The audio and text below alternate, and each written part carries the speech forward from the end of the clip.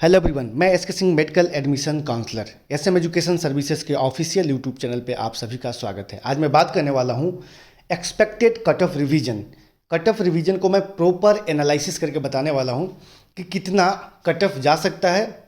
Second eligibility जो आएगा उसमें जनरल ईडब्ल्यूएस स्टूडेंट के लिए क्या हो सकता है क्वालिफाइंग स्कोर, और बाकी ओबीसी एससी एसटी के लिए क्या हो सकता है qualifying score. Expected cut off कितना डाउन जा सकता है, तो मैं प्रॉपर सीट एनालिसिस करूंगा। राउंड 2 का जो सीट मैट्रिक्स है इसको एनालिसिस करते हुए मैं आप लोगों को प्रॉपर बताने की कोशिश करूंगा कि आप 15 परसेंटाइल कट ऑफ डाउन होगा या 20 परसेंटाइल होगा या फिर 25 परसेंटाइल कट ऑफ नीचे जा सकता है। साथ में 2022 2023 के बीच का भी कंपेयर करने वाला हूँ।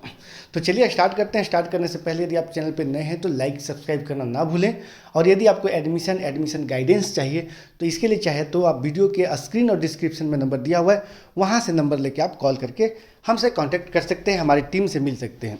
तो सबसे पहले हम देखते हैं 2022 और 2023 का राउंड 2 का वैकेंसी। इसके बाद हम आगे बढ़ेंगे। डीम्ड यूनिवर्सिटी का देखते हैं तो राउंड 2 में जो वैकेंसी है वो आपको लास्ट ईयर था वो 1920 यानी कि 1920 सीटें थी राउंड 2 के लिए। इस साल आपको 2246 सीटें हैं, यानी कि लगभग 300 से ज़्यादा सीटें हैं जो कि राउंड 2 के लिए वैकेंट हैं।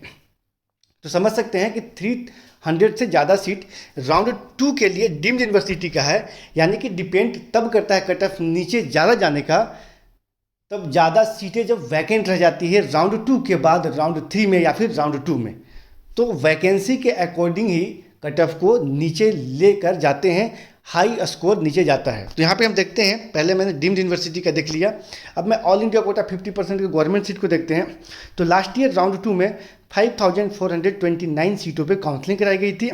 इस बार आपको 5652 सीटों पे काउंसलिंग कराई जा रही है, यानी कि लगभग यहाँ पे भी आपको 200 से ज़्यादा सीटें अवेलेबल है राउंड 2 के लिए। अब हम देखते हैं डीएनबी की तरफ। डीएनबी की तरफ जाते हैं तो डीएनबी में लास्ट ईयर राउंड 2 में जो सीटें बची थी जिसके ऊपर काउंसलिंग कराई गई थी 2480 सीटों पे, इस बार आपको 2606 सीटों पे काउंसलिंग कराई गई। यहाँ पे भी आपको लगभग 200 सीट एक्स्ट्रा है कंपेयर टू लास्ट ईयर।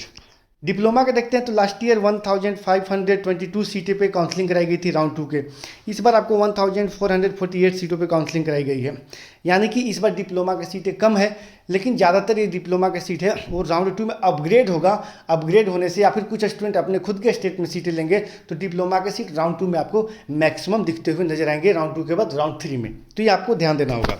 तो अब हम देखते हैं कि सीटें जो है वो लास्ट ईयर के कंपेरिजन में ज़्यादा है, और पार्टिकुलर स्टेट को अगर बात किया जाए तो स्टेट में भी जिसका फी काफ़ी हाई है, जिसका बजट काफ़ी हाई है, या फिर जो एनआरआई कोटे की सीटें हैं या फिर जो नॉन क्लिनिकल डिपार्टमेंट की जो भी सीटें हैं, ये अभी भी काफ़ी ज़्यादा वैकेंट है। ऐसे कंडीशन में 1:2 के रेशियो के अकॉर्डिंग जब फर्स्ट एलिजिबिलिटी आती है, फर्स्ट रिजल्ट आता है, तो 1:2 के रेशियो में अप्रोक्सीमेट स्टूडेंट को एलिजिबल की जाती है। लेकिन जैसे ही कट ऑफ डाउन होती है तो उस समय आपको 1:2.5 या फिर 1:3 के रेशियो में स्टूडेंट को क्वालिफाई किया जाता है, यानी कि 1 सीट के लिए 2 कैंडिडेट को एलिजिबल किया जाता है फर्स्ट रिजल्ट में। सेकंड जब कट ऑफ डाउन होता है तो उस समय 1:2 यानी कि 1 सीट के लिए 2.5 या फिर 3 स्टूडेंट को एलिजिबल किया जाता है। देखा जाता है कि कितने सीटें हैं, क्या स्टूडेंट ले पाएंगे या नहीं ले पाएंगे, कितने स्टूडेंट को क्वालिफाई किया जाएगा ताकि ये सीट फुलफिल हो सकती है। तो यहाँ पे हम देखते हैं कि कितना परसेंटाइल कट ऑफ डाउन जाता है, तो आप लोग सीटों को ऑप्ट कर सकते हैं, आपको सीटें मिल सकती हैं। लास्ट ईयर के साथ यहाँ पे भी कंपैरिजन कर रहा हूँ। इस बार जो क्वालिफाइंग स्कोर है जनरल ईडब्ल्यूएस के लिए 291 यानी कि 50 परसेंटाइल, लास्ट ईयर था 275 50 परसेंटाइल। रैंक की बात किया जाए तो इस बार आपको 1 लाख रैंक बना है, आपको 291 स्कोर पे। लास्ट ईयर आपको 92,500 अप्रोक्सीमेट रैंक बना था। अब हम बात करते हैं 274 स्कोर पे 45 परसेंटाइल हो रहा है, 45 परसेंटाइल हो रहा है, यानी कि अगर बात किया जाए रैंक का तो 1,10,000 रैंक बन रहा है। अगर 274 अगर स्कोर है तो 1,10,000 के नियर अबाउट रैंक बनेगा 45 परसेंटाइल में। अगर परसेंटाइल की बात किया जाए तो लास्ट ईयर की बात किया जाए तो 45 परसेंटाइल में 260 स्कोर था, रैंक 1,10,000 बन रहा था। अगर 40 परसेंटाइल अगर कट ऑफ अगर होता है 40 परसेंटाइल पे अगर आपको एलिजिबल किया जाता है तो 257 स्कोर होना चाहिए, रैंक 1,20,000 के नियर अबाउट। लास्ट ईयर आपका 245 स्कोर पे जो 40 परसेंटाइल था, रैंक था आपका 1,10,000। अगर आपका 35 परसेंटाइल पर अगर एलिजिबल किया जाता है तो स्कोर आपका हो सकता है 241, रैंक हो सकता है 1,30,000। लास्ट ईयर जो स्कोर था 230 था 35 परसेंटाइल पे, रैंक था 1,20,000।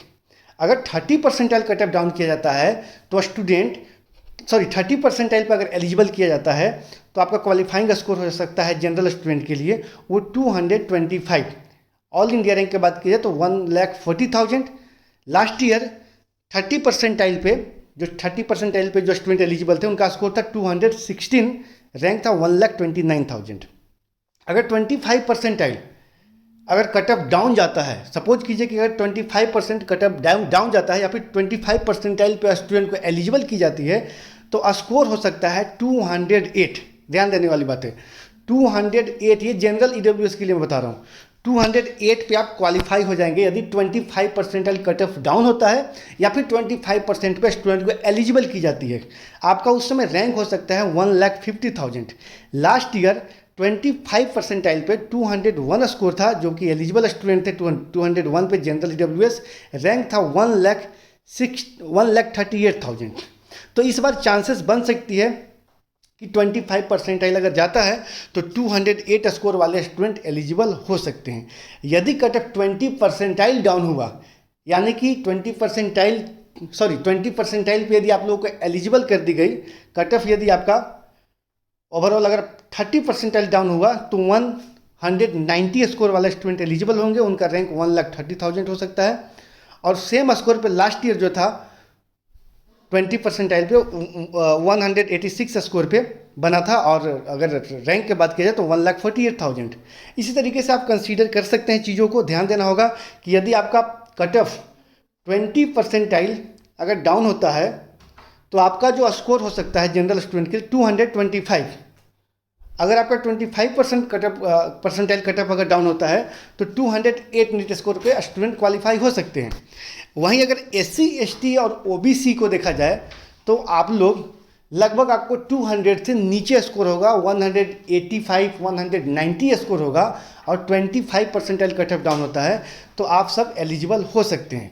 तो ध्यान देने वाली बात यह है कि आप लोग अभी से अपना फंड को अरेंज करके रखें।